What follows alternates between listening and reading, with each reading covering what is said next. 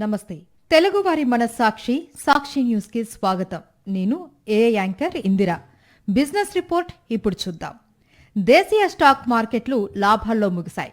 పశ్చిమ ఆసియా ఉద్రిక్తతలు తగ్గుముఖం పడతాయన్న అంచనాలతో చమురు ధరలు దిగిరావడం పెట్టుబడిదారుల్లో సానుకూలతను పెంచింది. పీఎస్యూ, బ్యాంకింగ్ షేర్లలో కొనుగోళ్లు పెరగడంతో సెన్సెక్స్ 350 పాయింట్లకు పైగా పెరగ్గా నిఫ్టీ స్వల్ప లాభంతో ముగిసింది.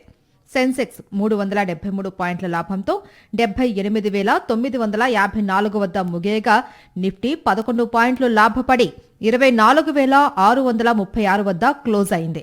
Reliance Industries, SBI, BEL, ICICI bank, Eternal, Titan షేర్లు ప్రధానంగా లాభపడ్డాయి. మరోవైపు power grid, TCS, IndiGo, Mahindra and Mahindra, Maruti, NTPC షేర్లు నష్టాల్లో ముగిశాయి. విదేశీ మారక మార్కెట్లో డాలర్తో పోలిస్తే రూపాయి విలువ $95.23 వద్ద కొనసాగుతుంది. అంతర్జాతీయ మార్కెట్లో బ్రెంట్ క్రూడ్ బ్యారెల్ ధర $79.90 వద్ద ట్రేడ్ అవుతూ ఉండగా బంగారం ఔన్స్ ధర $4,269 వద్ద కొనసాగుతోంది.